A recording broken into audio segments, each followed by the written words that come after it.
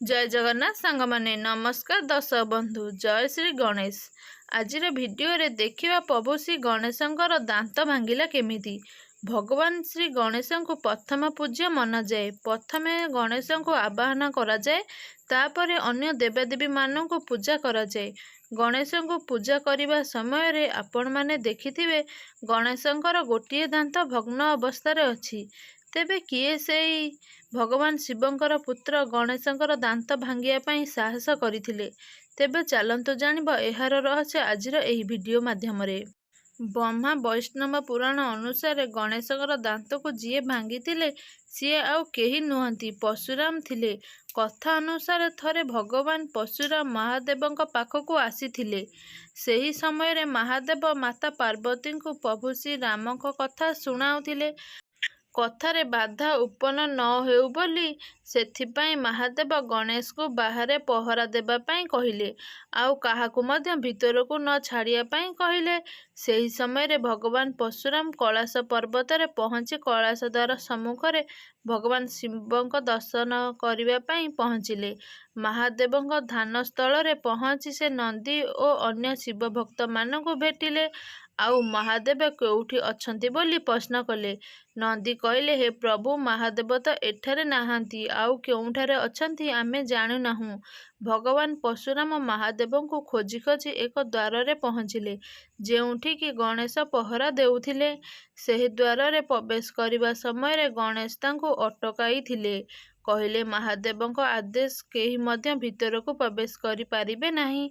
भगवान परशुराम गणेश को कहले, तुमे किए मते अटकाइबा पाई एभली प्रश्न करिया पाई। सेही समय रे नंदी ओ अन्य देवतागण सेठारे उपस्थित हेले। नंदी कहले, ए माता पार्वतीक पुत्र गणेश अटंती। परशुराम गणेश को देखि कहले, एही बालकर मुंड तो एक हातीर ओ शरीर मनुष्यर, ए किपरि माता पार्वतीक पुत्र होई पारिब।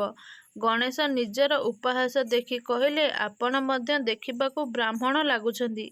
आपणक हातरे कमंडलू जागारे पशु काहींकी अछि। एहा शुणी परशुराम रागी जाई कहले, हे बालक, तुमे मोर उपहास करुछ, तुमे मोर बल केते जानी नाह। एहा कही परशुराम द्वार भितरकू प्रवेश करिबाकू जाउथिले। सेतेबेले गणेश तांकू त्रिशूल देखाई भितरकू जिबा पाई अटकाइले। एथिरे परशुराम क्रोधित होई तांकू युद्ध पाई आह्वान कले। एहा परे गणेश परशुराम को मध्यरे युद्ध आरंभ हेला।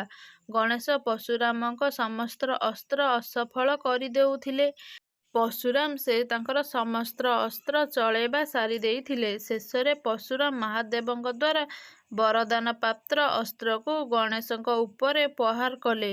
गणेश पशु को असफल करिबारे समर्थ थिले, किंतु से महादेवंक अस्त्र को अनादर करिया पाई चाहु नथिले।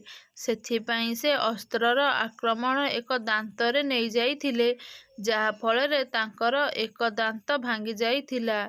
से कष्टरे माता माता कही चित्कार कले। माता पार्वती गणेशंकर माता शब्द शुणी सेठारे उपस्थित हेले, आउ देखिले गणेशंकर एक दांत भांगी जाइछि। से क्रोधित होई पचारिले, किए से मो पुआ उपरे प्रहार कला। से क्रोधर अग्निरे से दुर्गार अवतारे आसीगले। भगवान परशुराम एहा देखि माता पार्वती को क्षमा मागिले, आउ गणेशंक मध्य माता पार्वती को बुझाइले। एहा परे जाई माता पार्वती को राग शांत होइथिला। भगवान परशुराम माता पार्वती को कहिले, आपणक पुत्र बहुत सहनशील आउ चतुर मध्य अटे। आपणकर एही दांत व्यर्थ जीव नाही। से एही दांतरे महान गाथा महाभारत लेखिबे। से एही दांतरे महर्षि व्यासदेवंक द्वारा गठित महाभारत को से शब्दरे लेखिथिले। सेबेठारु भगवान गणेश को सबुठारु शांत ओ बलियान भगवान रूपे पूजा कराଯାଏ। गणेश चतुर्दशी रे भगवान गणेश को भल मनरे पूजा कले गणेश समस्तंक दुख कष्ट हरण करती, समस्तंक मनस्कामना पूरण करती एवं प्रभु श्री गणेश को विद्यार देवता बोली मनाଯାଏ। एवं विद्या लाभ आगरु प्रभु गणेश को आग पूजा करी विद्या लाभ कराଯାଏ। ତେବେ ଦର୍ଶକ ବନ୍ଧୁ ଆଜିର ଏହି ଭିଡ଼ିଓଟି ଆପଣମାନଙ୍କୁ କିପରି ଲାଗିଲା ନିହାତି କମେଣ୍ଟ ବକ୍ସ ମାଧ୍ୟମରେ ଆପଣମାନଙ୍କର ମତାମତ ଜଣାଇବା ପାଇଁ ଭୁଲିବେନି। ଭିଡ଼ିଓଟି ଭଲ ଲାଗିଥିଲେ ଲାଇକ୍ କରନ୍ତୁ, ସେୟାର କରନ୍ତୁ ଓ ଚ୍ୟାନେଲରେ ନୂଆ ଥିଲେ ଚ୍ୟାନେଲଟିକୁ ସବସ୍କ୍ରାଇବ୍ କରନ୍ତୁ। ରହୁଛି ନମସ୍କାର, ଜୟ ଜଗନ୍ନାଥ।